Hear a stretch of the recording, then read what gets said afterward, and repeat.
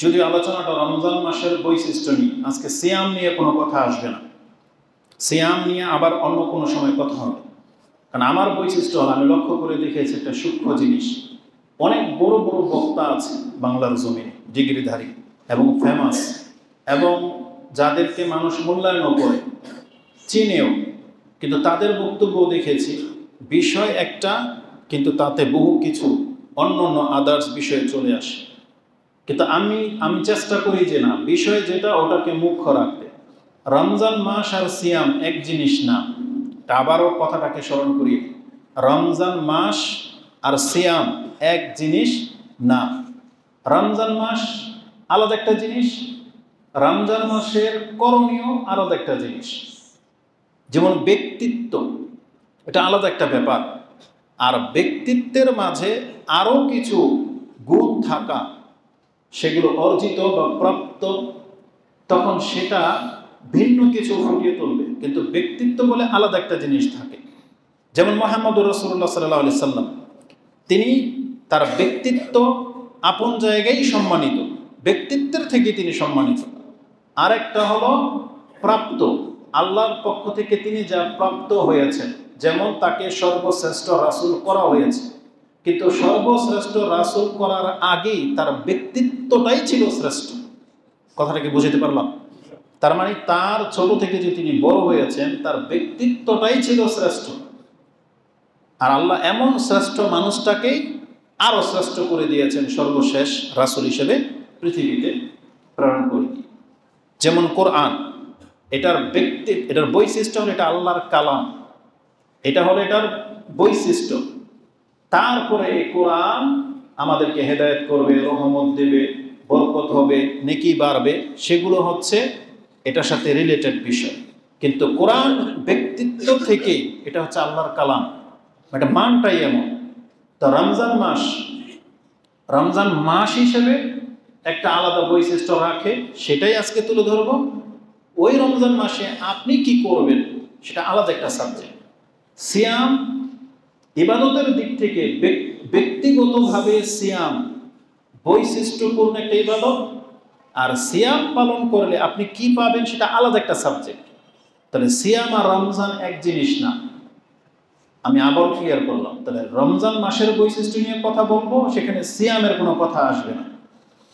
আরেকটা ব্যাপার হলো, যখন বলা হয়েছে যে রমজান মাসে আপনি প্রস্তুতি কি নেবেন, আজকে আসতে আসতে একজন শেখের একটা বক্তব্য দেখছিলাম, কারণ বিভিন্ন শেখদের কাছ থেকে ভালো ভালো কিছু আপনি পাবেন। তার মধ্যে আমাদের গণ্যমান্য যারা সালাফ আলেম রয়েছে, তাদের মধ্যে একজন হচ্ছেন, যেমন ধরে নেন মনজুর ইলাহি হাফেজাহুল্লাহ। তো মনজুর ইলাহি হাফেজাহুল্লাহ ভদ্র ভাষায় কথা বলেন। তো তিনি রমজান মাসের প্রস্তুতি নিয়ে হয়তো 1-2 বছর আগে কথা বলেছেন। কালকে রাতে ক্লিপটা আসছে, তার মধ্যে এমন একটা কথা যেটা আমি আর আপনি হয়তো ভাবিনি, তো সেটা হচ্ছে স্মরণ করিয়ে দিই। আপনাকে বলা হয়েছে যে রমজান মাসে আপনি প্রস্তুতি নেবেন, তাহলে রমজান মাসের জন্য যেহেতু প্রস্তুতি, তাহলে প্রস্তুতিটা তো তখন হবে রমজান মাসে আসার আগে, তাই না? এখন রমজান মাস চলে আসছে, এখন আবার কিসের প্রস্তুতি? এই প্রস্তুতিটা তো হলো রমজানের আগে, যার জন্য আপনি প্রস্তুত হবেন সে তো চলে আসছে, এখন আপনার কিসের প্রস্তুতি? এখন যদি আপনি প্রস্তুত হন তাহলে কি হবে জানেন? এলোমেলো হয়ে যাবে। যেই গেস্ট যাকে আপনি অভ্যর্থনা জানানোর জন্য প্রস্তুতি নেওয়ার দরকার ছিল আগে, সে দরজায়, এখন আপনি বলতেছেন মেহমান চলে আসছে, তাড়াতাড়ি করে ঘর গুছাও। রেজাল্টটা কি হবে? সে যত সুন্দর করে গোছান, একটা না একটা ফল থেকেই যাবে। কি ফল? মেহমান ঘরে ঢুকে গেছে, এমন একটা অপ্রীতিকর জিনিস যেটা আপনার ঘরে রয়ে গেছে, আপনি নজরে দেখেন নাই তাড়াহুড়ার কারণ। তো ওই একটা জিনিসে তাকে অসন্তুষ্ট করে দিতে পারে। হয়তো বা বাথরুমটা আপনি পরিষ্কারই রাখেন নাই, তার বাথরুমে যাওয়া প্রয়োজন হতে পারে, তাড়াহুড়ায় যেহেতু। তো আপনাকে আগে থেকে প্রস্তুতি নিতে বলা হয়েছে। এটাকে আপনি নিজের এক্সামের সাথে তুলনা করেন। পরীক্ষা কালকে, প্রস্তুতি কি কালকে নেবেন না তার আগে থেকেই? তার আগে থেকে প্রস্তুতি নিতে হতো। তাহলে পরীক্ষার দিন যারা প্রস্তুতি নেয় তারা ভালো ছাত্র না মূলত। আর এই ধরনের ব্যক্তিদের প্রস্তুতিতে তার কোনো সুফল বয়ে আনে না, কারণ সে সাকসেস হইতেই পারবে না। কারণ এই প্রস্তুতি বরং তাকে আরো বিদঘুটে করে দেবে, প্রশান্তি হারিয়ে ফেলবে। কারণ তার স্বভাব, তার অন্তরের অভ্যাস আর তার ইচ্ছা অনিচ্ছা তখন দ্বন্দ্ব লেগে যাবে, তখন সে চাইলেও পারবে না, সে অপারগ হয়ে যাবে। এই জন্য প্রস্তুতি নিতে হয় আগে থেকেই। মেহমান চলে আসলে ওই সময়টাকে আর প্রস্তুতি বলে না।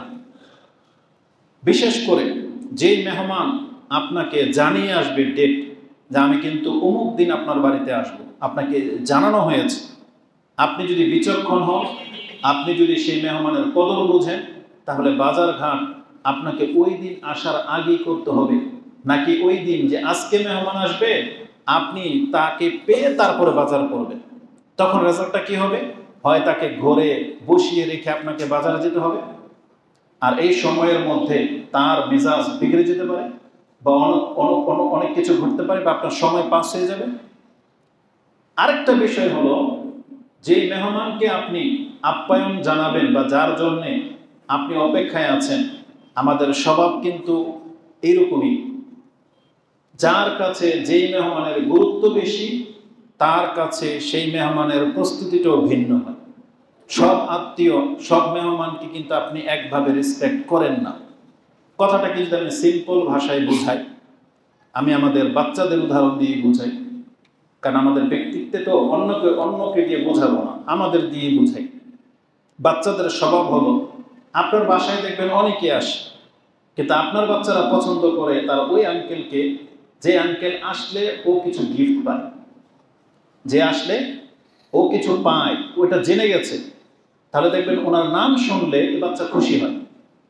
এটা আমি দেখেছি, ফিল করেছি। কেন? কারণ ওরা ওরা সরল হয়। ওদের সাথে আহামরি কোনো কিছুর সম্পর্ক নাই, কিন্তু একটা চিপস পায় এতেই খুশি, কিন্তু পায়। আর যেই ব্যক্তি অনেক মূল্যবান, অনেক পয়সাওয়ালা, প্রভাবশালী, সে বাসায় আসলে ও যখন একটা চিপসও পায় না, এই ব্যক্তির নাম শুনলেও যত বড় ব্যক্তিত্বই হোক না কেন, এই বাচ্চার কোনো কদরই করে না। এটাকে আপনারা ফিল করেছেন? বাচ্চাদেরকে দিয়ে বুঝাই না। আমাদের স্বভাব, বড়দের স্বভাব, যে ব্যক্তির সাথে সম্পর্ক আপনার ভালো, যার কাছ থেকে আপনি অনেক বড় কিছু হেল্প পান, সাপোর্ট পান, না চাইলেও পান, সে যদি আপনার বাসায় আসে, নিশ্চিত আপনি কিন্তু অন্যরকম একটা আনন্দ ফিল করেন না? কারণ সে আসবে আমাকে কিছু দেওয়ার জন্য, আমার কাছ থেকে কিছু নেওয়ার জন্য না। এটা আমরা সবার মেন্টালিটি কিন্তু এটাই। যে আমাকে দেওয়ার জন্য আসে, তার কদর আমার কাছে ভিন্ন। এবার আপনি এটাকে ইবাদতের দিকে নিয়ে আসেন। রমজান মাস আমাদেরকে কিছু দেওয়ার জন্য আসবে না আমাদের কাছ থেকে কিছু নেওয়ার জন্য আসবে? দেওয়ার জন্য আসবে। তাহলে রমজান আমাদেরকে যেটা দিবে, ওই কথাগুলো আজকে আমি আপনাকে স্মরণ করিয়ে দিব, যে কি দেওয়ার জন্য আমাদের কাছে আসতেছে। এখন আপনি এই রমজান মাস পেয়ে এইবার কতটা খুশি হতে পারেন, কতটা আন্তরিকতার সাথে রমজানকে গ্রহণ করার জন্য আপনি প্রস্তুতি নিয়ে রেখেছেন, এটাই হবে আলোচনার মূল বিষয়। এটা খুতবার পরে আপনারা ডিসাইড করবেন যে আমি আর আপনি কি বাস্তবিক রমজানকে এইভাবে ফিল করি কিনা, বা এর জন্য আমি আর আপনি কি প্রস্তুতি রেখেছি কিনা। এবার আমি আপনাকে দেখাই আল্লাহ সুবহানাহু ওয়া তাআলা রমজান মাসের বৈশিষ্ট্য সম্পর্কে কি বলেছেন। আমি এক এক করে সেই কথাগুলো আপনার কাছে তুলে ধরবো। যদিও রমজান মাসের বৈশিষ্ট্য আমি যতটা দেখতে পাচ্ছি, যদি সূক্ষ্মভাবে গণনা করা হয় তাহলে 15 থেকে 20টি হবে, তবে আমি আপনার কাছে 11 থেকে 12টা কোট করবো আজকে ইনশাআল্লাহ। আমার ভূমিকাতে যে কথাগুলো আমি বললাম, এটা হচ্ছে আমাদের থিঙ্কিং, বিচার থেকে। কিন্তু আল্লাহ সুবহানাহু ওয়া তাআলা কথাটাকে আরো গুরুত্বের সাথে বলেছেন। কারণ আল্লাহ সুবহানাহু ওয়া তাআলা যেটা বলবেন, তিনি হচ্ছেন আমাদের স্রষ্টা, তিনি হচ্ছেন আলিমুল গায়ব, তিনি হচ্ছেন আজিজ, তিনি হচ্ছেন সব কিছুর ঊর্ধ্বে। নিঃসন্দেহে আল্লাহ সুবহানাহু ওয়া তাআলার উদাহরণ এবং বাচন ভঙ্গি, কথা বলার ধরন, আল্লাহ সুবহানাহু ওয়া তাআলা আমাদের শিক্ষা যেভাবে দিতে চেয়েছেন, এটার উপরে আর কোনো উদাহরণই চলে না। আল্লাহ সুবহানাহু ওয়া তাআলা আমাদেরকে বলেছেন, শুধু রমজান মাস কেন, যেই জিনিসের মাঝে দুইটা জিনিস অন্তত স্মরণ রাখবেন, যে দুইটা জিনিস তোমাকে দিবে, দুইটা জিনিস আছে। এক, তোমাকে মাফ করবে, যেই জিনিসের মাঝে আল্লাহর ক্ষমা নিহিত আছে, আর যেই জিনিসের মাঝে তোমার জান্নাতের কথা আছে, তুমি সেই প্রত্যেকটা বিষয়কে গুরুত্বের সাথে দেখো। এটা আল্লাহ বলেছেন। মানে যে কোনো কিছুর সাথে তোমার দুইটা জিনিস জড়িত, তোমার নাজাত এবং জান্নাত। যে এটা করলে আল্লাহ আমাকে মাফ করে দিবেন, আর এটা করলে আল্লাহ আমাকে জান্নাত দিবেন, মানে আল্লাহর সন্তুষ্টি। এমন প্রত্যেকটা বিষয়কে প্রত্যেকটা মুসলিমের উচিত গুরুত্বের সাথে নেয়। আর কোনো কথা আছে এর মধ্যে? মানে এটা শুধু রমজানের জন্য খাস না, এমন প্রত্যেক সময়, এমন প্রত্যেক কাজ, এমন প্রত্যেকটা মুহূর্ত আমাদেরকে গুরুত্বের সাথে নিতে হবে। যেই সময়, যেই কথা, যেই কাজের সাথে দুইটা জিনিসের সম্পর্ক, আমার নাজাত মানে আল্লাহ আমাকে ক্ষমা করে দিবেন বলেছেন এই কাজটা করলে, আর আমি জান্নাত পাবো, এমন একটা কাজকেও আমাদেরকে মূল্যহীন ভাবা উচিত নয়, সিরিয়াসলি নেওয়া উচিত। যেটা আল্লাহ সুবহানাহু ওয়া তাআলা কোরআনে এইভাবে বলেছেন, যেটা আপনি সূরা আলে ইমরান 3 নম্বর সূরার 133-এ পেয়ে যাবেন। আল্লাহ বলেছেন, ওয়াসারিউ ইলা মাগফিরাতিম মির রাব্বিকুম ওয়া জান্নাত। তোমরা প্রতিযোগিতা করো, সারিউ, তোমরা দৌড় দাও ওই সব বিষয়ের দিকে যেই দিকে আসলে তুমি ক্ষমা পেয়ে যাবে এবং আল্লাহর জান্নাত পেয়ে যাবে। এটা আল্লাহ আমাদেরকে জানিয়ে দিয়েছেন সূরা আলে ইমরান। এবং সূরা হাদীদে আল্লাহ বলেছেন, সাবিকু ইলা মাগফিরাতিম মির রাব্বিকুম ওয়া জান্নাত। তোমরা প্রতিযোগিতা করো আল্লাহর ক্ষমা যে বিষয়গুলোর মধ্যে আছে এবং যেগুলোর মধ্যে জান্নাতের সুসংবাদ আছে। ওই প্রত্যেকটা বিষয়ের ক্ষেত্রে আমাদেরকে বলা হয়েছে আমরা যেন প্রতিযোগিতায় লিপ্ত হয়ে যাই। কিন্তু আমাদের বাস্তবিক প্রতিযোগিতা হলো মূলত দুনিয়ার জন্য। সেটার জন্য আদেশও করা লাগে না, সেটার জন্য কাউকে শিক্ষাও দেওয়া লাগে না। এটা ব্যক্তির থেকেই আমরা বুঝি। দুনিয়ার কোনো ব্যাপার হলে কারো কাছে সলা পরামর্শ লাগে না, বরং আপনি নিজে থেকেই দেখেন অ্যাডভান্স, আপনি আগেই প্রস্তুত। এটা আল্লাহ সুবহানাহু ওয়া তাআলা ভালো করেই জানেন। তাই আল্লাহ ধর্মীয় ব্যাপারে, পরকালের ব্যাপারে আল্লাহ নিজেই শিক্ষা দিয়েছেন যে সারিউ ইলা মাগফিরাহ, তোমরা আল্লাহর ক্ষমা পাওয়ার জন্য প্রতিযোগিতা করো।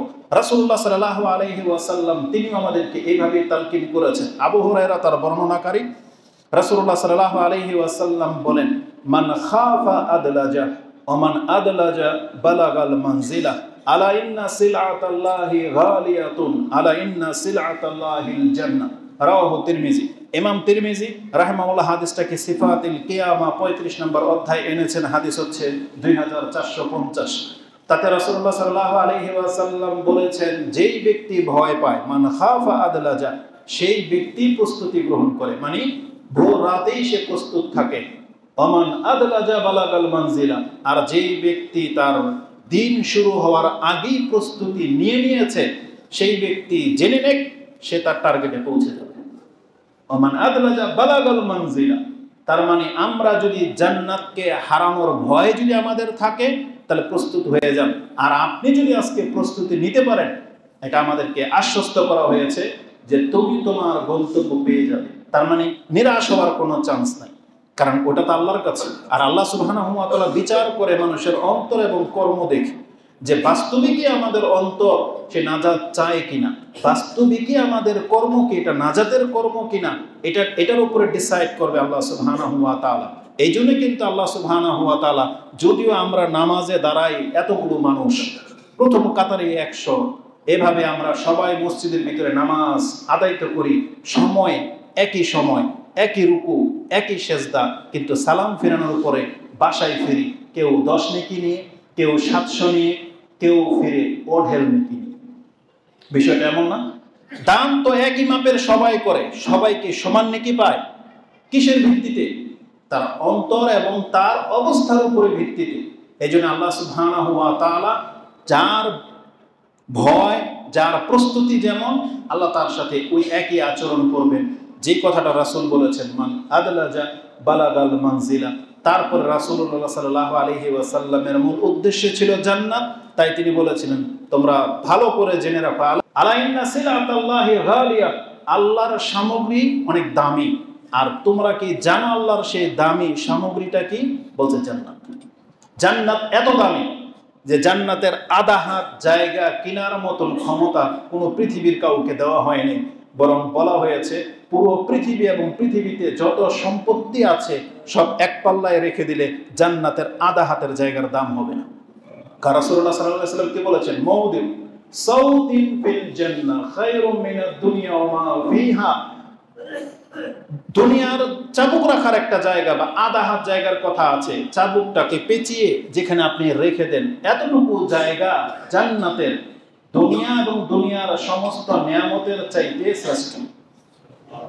কেন হবে না? যেখানে বলা হয়েছে, যেটা আমাদের পুরুষদের চাহিদা তো নারী, এই জন্য এক্সাম্পলগুলো আল্লাহ ওইভাবেই দিয়েছেন। আল্লাহ জান্নাতের নারীর মূল্য আপনাকে বলে নাই, বরং নারীর গায়ের যে ওড়না হবে, ওড়না রাসূলুল্লাহ সাল্লাল্লাহু আলাইহি সাল্লাম বলেছেন জান্নাতে একটা রমণীর ওড়না দুনিয়া এবং দুনিয়াতে যা আছে তার থেকে শ্রেষ্ঠ। আর যে ওড়না যে নারীদের গায়ে থাকবে তাদের কথা আল্লাহ ধরেন উল্লেখ করবেন না, জাস্ট আপনাকে এটা একটা এক্সাম্পল দিয়ে দেওয়া হবে। তো রাসূলুল্লাহ সাল্লাল্লাহু আলাইহি সাল্লাম বলেছেন আলা ইন্না সিলাতাল্লাহি গালিয়া আলা ইন্না সিলাতাল্লাহিল জান্নাহ, তোমরা আল্লাহ সুবহানাহু ওয়া তাআলার সেই দামি জান্নাতটার দিকে প্রতিযোগিতা করো। তা রমজান মাস হলো আল্লাহ সুবহানাহু ওয়া তাআলার ক্ষমা আর জান্নাতের একটা সুসংবাদ প্রাপ্ত একটা মাস। এখন এই মাসকে আপনি কিভাবে প্রস্তুতি নেবেন সেটা আপনি ডিসাইড করবেন। জান্নাত বা মাহে রমজান সম্পর্কে আল্লাহ সুবহানাহু ওয়া তাআলা যা বলেছেন, যা রেখেছেন, সেই দিকে আমরা এখন চলে আসি। একটা হাদিস নিয়ে আবু হুরায়রা রাদিয়াল্লাহু তাআলা তারা বর্ণনাকারী যে রাসূলুল্লাহ সাল্লাল্লাহু আলাইহি ওয়াসাল্লাম বলেছেন ইজা কানা আউয়ালু লাইলাতিন মিন শাহরি রমাদান, এই পৃথিবীতে যেই দিন রমজানের প্রথম রাতটা আসে, প্রথমে কি দিন আসে না রাত আসে? রাত আসে। যেমন আজকের দিন, আজকে শাবান মাসের কয় তারিখ? আজকে ইংলিশ মাসের কয় তারিখ? 28। শাবানেরও 28 তারিখ, তাই না? তার মানে আগামীকাল 29শে শাবান শনিবার, সম্ভাবনা আছে আমরা শনিবার দিন পার হয়ে যাওয়ার পরে আমরা চাঁদ দেখে ফেলবো, তাহলে রমজান শুরু হয়ে যাবে। আর যদি চাঁদ দেখতে না পাই তাহলে শাবান 30 দিন পুরো করতে হবে। তাহলে রবিবার দিন আমরা চাঁদ দেখতে পাই আর না পাই, তখন কি হবে? সোমবার দিন সিয়াম, তাই না? আর যদি কালকে চাঁদ দেখতে পাই তো রবিবার দিন সিয়াম। তাহলে যখনই চাঁদ উঠে যাবে ওইটা হলো রমজান মাসের প্রথম রাত, তাই তো? রাসূল বলেছেন ইজা কানা আউয়ালু লাইলাতিন মিন শাহরি রমাদান, রমজান মাসের প্রথম রাতটা যখন পৃথিবীতে উদিত হয় আল্লাহ তখন থেকেই কি করেন? সুফিদাতিশ শায়াতিন ওয়া মারাদাতুল জিন, তখন শয়তানকে এবং দুষ্ট জিনদেরকে আবদ্ধ করে রাখা হয়। সুফিদাতিশ শায়াতিন ওয়া মারাদাতুল জিন বলা হয়েছে। মারাদা মানে হচ্ছে যে আল্লাহর রহমত থেকে যে বিতাড়িত, মরদুদ যেগুলো আল্লাহর রহমত থেকে বিতাড়িত, মানে এগুলো হচ্ছে শয়তানের চেলা, এদেরকে পর্যন্ত শৃঙ্খলাবদ্ধ করা হয়। ওয়া হুল্লিকাত আবওয়াবুল নার ফালাম ইউফতা মিনহা বাব, এটা 2 নাম্বার। ওয়া ফুতিহাত আবওয়াবুল জান্নাহ ফালাম ইউগলাক মিনহাল বাব, 3। ওয়া ইউনাদিল মুনাদি ইয়া বাগিয়াল খায়র আকবিল ওয়া ইয়া বাগিয়াশ শার আকসির ওয়া লিল্লাহি উতাকাউ মিনান নার ওয়া যালিকা কুল্লা লাইলা। এই হাদিসের মধ্যে 5টি বৈশিষ্ট্যের কথা আছে, যেটা ইমাম তিরমিজি রাহিমাহুল্লাহ তিনি তার সিয়ামের অধ্যায় শুরুই করেছেন এই হাদিস দিয়ে, যেটা আপনি সিয়ামের অধ্যায়ের প্রথম পর্বে 682 নম্বর এই হাদিসটা পেয়ে যাবেন। ইবনে মাজাতে হাদিসটি সিয়ামের অধ্যায়ে রয়েছে 1643 রয়েছে। তাহলে এই হাদিসে 5টা কথা আছে। রমজানের প্রথম রাত যেই দিন শুরু হয় সেই দিন থেকে প্রথমে শয়তানকে, দুষ্ট জিনদেরকে বন্দী করা হয়। জাহান্নামের দরজা বন্ধ করে দেওয়া হয়, খোলা হবে না। জান্নাতের দরজা খুলে দেওয়া হয়, কি করা হবে না? বন্ধ করা হবে না। আল্লাহর পক্ষ থেকে একজন ফেরেশতা আহ্বানকারী হিসেবে সুসংবাদ দিয়ে ডাকতে থাকেন, কে আছো কল্যাণকামী, আগে বাড়ো, তোমাকে এখন পেছন দিকে টান দেওয়ার মতন কেউ নেই। আকবিল, কারণ যে টেনে ধরতো সে বন্দী এখন। আকবিল ওয়া ইয়া বাগিয়া শার আকসির, আর যেই ব্যক্তি পাপের দিকে ঝুঁকে গিয়েছিলেন তোমাকে ধাক্কা দেওয়ার মতন কেউ নাই, থেমে যাও। তার মানে তুমি থেমে যাও, এখন তোমাকে শয়তানের দিকে ধাক্কা দিতে পারবে না। তারপরে বলা হয়েছে ওয়ালিল্লাহি উতাকাউ মিনান নার ওয়া যালিকা কুল্লা লাইলা, রমজান মাসের প্রত্যেক রাতে আল্লাহ সুবহানাহু ওয়া তাআলা মুক্তির রাত হিসেবে ঘোষণা করে দিয়েছেন। তার মানে এই হাদিসে কয়টা পেলাম? 5টা। এইটার কে সামনে রেখে আমরা আগে বাড়বো। এই 5টা বৈশিষ্ট্যের মাঝে একটা আমরা কি পেলাম? ওয়ালিল্লাহি উতাকাউ মিনান নার ওয়া যালিকা কুল্লা লাইলা।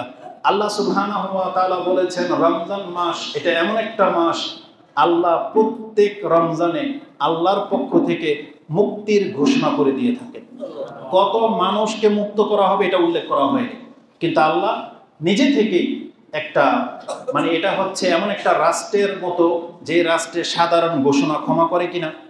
প্রত্যেক রাষ্ট্রের বিজয় দিবসে তারা কি করে, একটা সাধারণ মানে ক্ষমা ঘোষণা করে। আল্লাহ সুবহানাহু ওয়া তাআলা তিনি তার বান্দাদের মধ্য থেকে, এটা কথা মনে রাখেন, আল্লাহর যত ক্ষমার কথা আছে কাদের জন্য?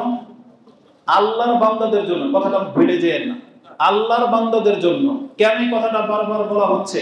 যারা শিরিক করে তারা আল্লাহর বান্দা না, তারা হচ্ছে কোনো বস্তু বা ব্যক্তির বান্দা। কিন্তু আল্লাহর বান্দা কোনোদিন শিরিক করতে পারে না, একমাত্র তাওহীদবাদী এখানে উদ্দেশ্য। আল্লাহর বান্দাদেরকে যারা অপরাধ করে ফেলেছে, আটকে গেছে, তাদের সম্পর্কে আল্লাহ বলতেছেন আল্লাহ একটা সাধারণ ঘোষণা ক্ষমা করেন। আর সেই সময়টা আল্লাহ শাবান মাসের একটা রাতে রেখেছেন। সেই সময়টা প্রত্যেক সোমবারে আসে, সেই সময়টা প্রত্যেক বৃহস্পতিবারে আসে। কিন্তু আল্লাহ সুবহানাহু ওয়া তাআলা এমন একটা মাস আছে যে মাসের সব কয়টা দিনকে আল্লাহ ক্ষমার দিন হিসেবে ঘোষণা করে দিয়েছেন। এটা একটা হাদিস। আরো আশ্চর্যজনক হাদিস এই একই বিষয়ে আপনি পেয়ে যাবেন মুসনাদে আহমদে। তাতে কি আছে? আনাবি হুরায়রাতা ও আন আবি সাঈদ, দুইজনের যে কোনো একজন বর্ণনা করেছেন। কালা রাসূলুল্লাহ সাল্লাল্লাহু আলাইহি ওয়াসাল্লাম ইন্না লিল্লাহি উতাকা ফি কুল্লি ইয়াউমিন ওয়া লাইলাতিন। আল্লাহ শুধু রাতেই ক্ষমা করে না, বরং রমজান মাসে দুইবার ক্ষমা করা হয়, দিনের বেলা একবার, রাতের বেলা একবার। তার মানে রমজান মাস এমন একটা মাস, তার রাতের মর্যাদা দিনের মর্যাদা সমান সমান। যারা রাতে এমন হইতে পারতো যে যারা দিনে সিয়াম রাখেন তারাই শুধু ক্ষমা পাবে না, আল্লাহ ক্ষমাটা দুই ভাবে রেখেছেন। এমনও হতে পারে দিনে সিয়াম রাখার কারণে ক্ষমা, রাতে কিয়াম করার কারণে ক্ষমা। আর এই সম্পর্কে হাদিস স্পষ্ট আছে, এটা আমরা পরে যাব। তার মানে আপনার মেমোরিতে এটা থাকতে হবে, রমজান মাসের একটা বৈশিষ্ট্য হলো রমজানের দিনে এবং রাতে আল্লাহর পক্ষ থেকে বহু সংখ্যককে জাহান্নাম থেকে মুক্ত করে দেওয়া। এটা হচ্ছে রমজান মাসের একটা বৈশিষ্ট্য। কিন্তু এটা এক নাম্বার বৈশিষ্ট্য না। যদি আমি এটা দিয়ে শুরু করলাম, আপনি গণনা করেন, ধরে নেন এটা 5 নাম্বার বৈশিষ্ট্য, কারণ 5টার একটা হচ্ছে এটা। এই 5টার দ্বিতীয় একটা বৈশিষ্ট্য কি বলা হয়েছে? কারণ আমার কাছে যেটা বেশি ইম্পর্টেন্ট মনে হয়েছে, যেগুলো আপনি আপনার মেমোরিতে নেয়ার মতো, আমি ওইভাবে নোটটাকে সাজিয়েছি। দ্বিতীয় বৈশিষ্ট্যটা যেটা 5টার দ্বিতীয়, সেটা কি? রাসূলুল্লাহ সাল্লাল্লাহু আলাইহি ওয়াসাল্লাম কি বলেছেন? সুফিদাতি শায়াতিন ও মারাদাতুল জিন। আল্লাহ সুবহানাহু ওয়া তাআলা রমজান মাসের শুরুতেই শয়তানকে বন্দী করে দেন, আর ওকে খোলা হবে না। এটা আমাদের কি ফায়দা? এটা হচ্ছে জানার বিষয়। এই জন্য আপনাকে এটা প্রথম দিকে আমি উল্লেখ করে দিচ্ছি। এটা এই জন্য যে, কারণ শয়তান মূলত আমাদের প্রকাশ্য শত্রু। আর আপনি জেনে রাখেন, আপনার চলার পথে আপনার শত্রু যদি থাকে তাহলে অনেক সময় না, বরং শত্রুর কারণে আপনি বাধাপ্রাপ্ত হন, বরং আপনার কাজ সুন্দর হয় না। এই শত্রু আপনার ক্ষতি করার চেষ্টা করে। আর বাস্তবিকই যদি সে প্রকাশ্য শত্রু হয়, প্রকাশ্য শত্রু ঘোষণা করে দিয়েছে। মানুষ শত্রু হতেও পারে, নাও হতে পারে, আমরা তাদেরকে চিনি না। অনেক সময় আচরণে আমরা শত্রু মনে করি, অথচ সে শত্রু নাও হতে পারে। কিন্তু শয়তান এমন একটা শত্রু যে একবারে প্রকাশ করে দিয়েছে, এলান করে দিয়েছে যে আমি আদম সন্তানকে ছাড়বো না। কোরআনের প্রায় 3-4টা সূরার মধ্যে এভাবে শয়তানের চ্যালেঞ্জটাকে উল্লেখ করা হয়েছে। সে তোমাদের প্রকাশ্য শত্রু। তারপরে শয়তান যদি প্রকাশ নাও করতো তাতেও কিছু যায় আসে না। আমাদের রব যিনি আপনাকে আমাকে সৃষ্টি করেছেন, যিনি আপনার আমার অন্তরের খবর জানেন, সে আল্লাহ শয়তানের অন্তরের খবরও জানেন। সে আল্লাহ নিজে আমাদেরকে জানিয়েছেন, ইন্নাহু লাকুম আদুউম মুবিন, শয়তান তোমাদের প্রকাশ্য শত্রু। এখন শয়তান যদি ভালো রূপ নিয়েও আসে তাতে কোনো কাজ হবে না। আপনার চিনার তো ভুল হওয়ার কথা ছিল না, যেটা আপনার রব বলেছেন ইন্নাহু লাকুম আদুউম মুবিন, সে তোমাদের প্রকাশ্য শত্রু। আদুউম আবার মুবিন, একবার প্রকাশ্য শত্রু বলেছেন আল্লাহ। তাহলে সেই শয়তান বন্দী। তার মানে আপনি এখন এমন একটা জনপদ দিয়ে যাচ্ছেন যে জনপদে আপনার কোনো শত্রু নেই। তাহলে সেই জনপদে আপনার চলার ধরনটা ভিন্ন হবে। সেখানে আপনি রিল্যাক্স নেওয়ার মতো যত দামি সম্পদ নিয়ে আপনি সেই রাষ্ট্র ভ্রমণ করেন না কেন, আপনার অন্তরে সামান্য কোনো রকমের কি হবে না, দুশ্চিন্তা আসবে না। তা রমজান মাস হচ্ছে সেই মাস, এটা মুমিনদের মাস। সেই ব্যক্তি জেনে নেক যে আজকে এই মাসে গুমরাহ করার মতো আপনার প্রকাশ্য যে শয়তান, সেটা আপনার আশেপাশে নাই। এটা আপনাকে জানিয়ে দেওয়া হয়েছে। এটা এত বড় একটা এহসান আল্লাহর পক্ষ থেকে করা হয়েছে। আল্লাহ যে চান যে আমরা আগে বাড়ি, এটা হচ্ছে তার প্রমাণ। যদিও আল্লাহ সুবহানাহু ওয়া তাআলা আমাদেরকে জানিয়ে দিয়েছেন, আল্লাহর বান্দা যারা, তারা রমজান মাস কেন, কোনো মাসেই শয়তান তাদেরকে গুমরাহ করতে পারে না। ইল্লা ইবাদাকা মিনহুমুল মুখলাসিন, শয়তান নিজে বলেছিল আমি সমস্ত বান্দাকে গুমরাহ করব, তবে আল্লাহ আপনার মুখলেস বান্দা যারা, তাদেরকে আমি গুমরাহ করতে পারবো না। এই জন্যে যারা সালাত আদায় করে তারা রমজান মাসেও করে, রমজান ছাড়াও করে। কিন্তু আপনি এমন এক ব্যক্তি যে আপনি রমজান মাস ছাড়া সালাত আদায় করতে পারেন না, তাহলে মানে আপনি আল্লাহর মুখলিসিন বান্দা হতে পারেন না। এটা আপনাকে হতে হবে। তারপরেও অকল্যাণের কল্যাণ, যদি আপনি রমজান মাসে 5 ওয়াক্ত সালাত আদায় করেন, তার মানে বুঝতে হবে যে আপনি ব্যক্তিগত পাপী না, শয়তান আপনাকে পাপ করায়। তখন আপনাকে বাঁচতে হলে আল্লাহর কাছে আশ্রয় চাইতে হবে। আর এই 1 মাস আপনি শয়তানের সাথে শত্রুতা শক্তি অর্জন করবেন, যাতে আবার ঈদের দিন থেকে আপনি আবার শয়তানের বন্ধু যেন হয়ে না যান। এটাকে যদি আপনি গ্রহণ করেন, তাহলে এই দাবি সত্যায়ন হবে যে হ্যাঁ, বাস্তবিকই আপনি খারাপ না, শয়তান আপনাকে খারাপ করে দিয়েছিল, কিন্তু 1 মাস দূরে থাকার কারণে আপনি আবার ভালো হয়ে গেছেন। কিয়ামত পর্যন্ত শয়তান যেন আপনাকে আর গুমরাহ করতে না পারে। এই কারণগুলো ছিল আল্লাহ সুবহানাহু ওয়া তাআলা শয়তানকে বন্দী করে দিয়েছেন। আল্লাহ সুবহানাহু ওয়া তাআলা, যেমনটা আপনাকে আমি সূরা বনী ইসরাঈল থেকে একটা আয়াত শুনিয়েছি যে ইল্লা ইবাদাকা মিনহুমুল মুখলাসিন, ঠিক আল্লাহ সুবহানাহু ওয়া তাআলা সূরা আরাফ 7 নম্বর সূরার 16 এবং 17 নম্বরে বলেছেন, শয়তান বলেছিল কালা ফাবিমা আগওয়াইতানি লাআকুদান্না লাহুম সিরাতাকাল মুস্তাকিম। আল্লাহ এই যে আদমের কারণে আজকে আমাকে আপনি গুমরাহ করলেন, আল্লাহকে বলতেছে শয়তান যে যেই মানুষটার কারণে আজকে আমি গুমরাহ হইলাম, যার কারণে আমি আজকে পরীক্ষিত হইলাম, আল্লাহ আপনি সাক্ষী থাকেন, আমি আদম সন্তানের একটাকেও ছাড়বো না। আমি ওদের একেবারে সিরাতুল মুস্তাকিমের পথে বসে থাকবো, যেই পথে ওরা আপনার পথে আসবে আমি ওই পথে দাঁড়িয়ে থাকবো, ওদেরকে পথে আসতে দেব না। বলা হয়েছে লাআকুদান্নাহুম সিরাতাকাল মুস্তাকিম, একেবারে যেটা সঠিক সরল পথ, সেই পথে বসে থাকবে বলা হয়েছে। এমন বলা হয় নাই যে আমি পাশে বসে থাকবো, ওই পথ দিয়ে যারা যাবে আমি ডাকবো টানবো, বলছে না আমি ওই পথেই বসে থাকবো। তার মানে ইসলাম সত্য, এটা সবাই জানেন। ইসলাম হচ্ছে সিরাতুল মুস্তাকিম, আল্লাহর পথে যাওয়ার পথ। আর এই পথে ইসলামের মধ্যে হাজারো শয়তান কাজ করে যাচ্ছে, হাজারো শত্রু কাজ করে যাচ্ছে। যদি কথাটা এমন হতো যে আমি সিরাতুল মুস্তাকিমের পাশে বসে থাকবো, তাহলে আমরা বুঝতাম তারা হয়তো হিন্দু, খ্রিস্টান, বৌদ্ধ, নাসারা, ওরা আমাদেরকে ডাকতেছে। কিন্তু শয়তান বলেছে আমি সিরাতুল মুস্তাকিমের উপরেই বসে থাকবো। তার মানে ইসলামের মধ্যে এমন বহু ধর্ম পূজারী আছে যারা মানুষকে তাওহীদ থেকে ভিন্ন দিকে ঘুরিয়ে দিচ্ছে। এটা আপনাকে বুঝতে হবে। তার মানে মুসলিম ভেষে, মুসলিম টুপি দাড়িওয়ালা হুজুর আল্লামা সেজে বসে আছে, যারাই শয়তানের ভূমিকাটা পালন করতেছে, যারা সিরাতুল মুস্তাকিমের মাঝখানে বসা, ওখান থেকে আপনাকে ডান দিকে বা দিকে নিয়ে চলে যাচ্ছে। এটা আপনাকে সূক্ষ্মতার সাথে দেখতে হবে এই আয়াতকে। তারপর আল্লাহ কি বলেছেন যে শয়তান এটাও বলেছিল সুম্মা লাআতিয়ান্নাহুম মিন বাইনি আইদিহিম ওয়া মিন খালফিহিম ওয়া আন আইমানিহিম ওয়া আন শামাইলিহিম ওয়া লা তাজিদু আকসারাহুম শাকিরিন। আমি তার ডান দিক থেকে, বাঁ দিক থেকে এবং তার সামনে এবং পেছন দিক থেকে আসব। আপনি অধিকাংশদেরকে কি পাবেন না? শুকরগুজার বান্দা পাবেন না। তার মানে আল্লাহ সুবহানাহু ওয়া তাআলা তো এটাই চেয়েছিলেন যে আমি তোমাদেরকে সৃষ্টি করেছি, আমি তোমাদেরকে হেদায়েত করেছি, আমি তোমাদের জীবন এবং মৃত্যুর মালিক, তোমরা আমার শুকরিয়া আদায় করো। কিন্তু আজকে অধিকাংশ মানুষ আল্লাহ সুবহানাহু ওয়া তাআলার শুকরিয়া আদায় করে না। আর আল্লাহ সুবহানাহু ওয়া তাআলার শুকরিয়া আদায় করার সবচেয়ে উত্তম আমলই হচ্ছে সালাত। আর যারা সালাত আদায় করেন না, আপনি হচ্ছেন সেই ব্যক্তি যে আপনি আল্লাহর শুকরিয়া আদায় করেন না। শুকরিয়া শুধু খেয়ে দিয়ে আলহামদুলিল্লাহ বলাটা না, এটা একটা শুকরিয়া, কিন্তু আল্লাহর বান্দাদের শুকরিয়া হলো আল্লাহর কাছে নত হয়ে তাকে সেজদা করে শুকরিয়া আদায় করা, যেটা আপনি করেন না। তার মানে আপনি হলেন অহংকারী, শুকরগুজার বান্দা আপনি না। তো শয়তান এটা বলেছিল, যেটা আপনি সূরা আরাফের 16 এবং 17 নম্বরে পেয়ে যাবেন। এটা ছিল একটা ব্যাপার যে সেই শয়তানকে আল্লাহ সিরাতাল মুস্তাকিমের পথ থেকে সরিয়ে দিয়েছেন, এখন আপনি এই পথে হাঁটতে থাকেন, দেখবেন আপনার মন ফ্রেশ এবং আপনি আল্লাহমুখী হতে পারবেন।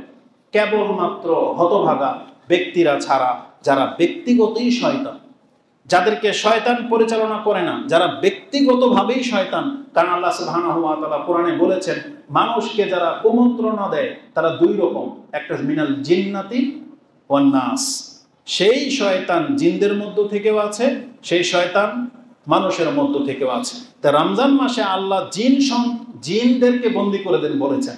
আল্লাহ এই কথা বলেন নাই যে আমি মানুষরূপী শয়তানদেরকে বন্দী করে দিই। কেন?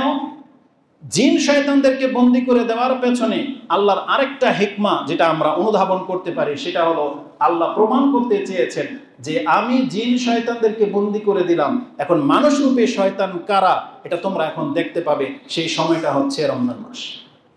যে রমজান মাস আসা সত্ত্বেও, নামধারী মুসলিম হওয়া সত্ত্বেও সে ডাইরেক্ট হোটেল খুলে বসে থাকবে, সিগারেট, জর্দা, বিড়ি, তামাক সেগুলো বিক্রি করবে, এবং সেই সময়ও দিনের বেলায় ফিল্ম চলে, প্রকাশ্যে সে সিগারেট খায়। এগুলো হচ্ছে মানুষের মধ্য থেকে শয়তান। এই জন্য রাষ্ট্রের ক্ষমতা থাকলে এগুলোকে শক্তির মাধ্যমে দমন করা উচিত ছিল, কিন্তু আমাদের রাষ্ট্রের মুসলিম এতটা দুর্বল যে আমাদের চোখের সামনে পুতুল পূজা হয়, আমাদের চোখের সামনে 90% মুসলিম থাকা সত্ত্বেও বাংলার জমিনে বিচার হয় ওই সেকুলারিজমের সিস্টেমের মাধ্যমে। এবং আবার বুক ফুলিয়ে আমরা বলিও যে আমরা নাকি 3 কোটি আহলে হাদিস বাংলার জমিনে কোরআন সুন্নাহর অনুসারী, অথচ আজ পর্যন্ত বাংলাদেশে ইসলামের একটা বিধানও কায়েম হয়নি। বোঝেন কথা? তাহলে কাল কিয়ামতের দিনের জবাব আপনারা দিবেন যে যেখানে কোরআন সুন্নাহর অনুসারী মানুষ বেশি বসবাস করে সেখানকার নেতা আবার কোনো না কোনো দলের, সেখানে কোরআন সুন্নাহওয়ালা কেউ নেতা হইতে পারেনি। সেই অঞ্চলে, আমি আপনাদের অঞ্চলের কথাই বলতেছি, আমরা না হয় বাতিলপন্থী, আমরা না হয় থাকি গুমরাহাদের মাধ্যমে, আমাদের নেতাও গুমরাহ হবে, সেটা ভিন্ন জিনিস, কিন্তু আপনারা জবাব রেডি রাখেন কিয়ামতের মাঠে যে তোমরা তো কোরআন হাদিস বুঝতা, তাহলে তোমরা কেন ডানপন্থী বামপন্থী হয়েছিলা? এটার জবাব আমি না, আমি কিছু বললে তো আবার বিচার ডাকেন আপনারা। তো কিয়ামতের মাঠে বিচারটা আপনাদের কাছে রয়ে গেল যে কোরআন সুন্নাহ বুঝে ইসলামের কিটা করলেন, ওটার জবাব আপনারা কিয়ামতের মাঠে দিবেন ইনশাআল্লাহ। তো আল্লাহ সুবহানাহু ওয়া তাআলা বলেছেন যে রমজান মাসে শয়তানকে বন্দী করে রাখা হয়, দুইটা রিজন বলেছি। এক, আল্লাহর বান্দাদেরকে যেন শয়তান পেছন দিকে টেনে ধরতে না পারে, আপনি আগে বাড়েন, দৌড় দেন। আর দ্বিতীয়ত হচ্ছে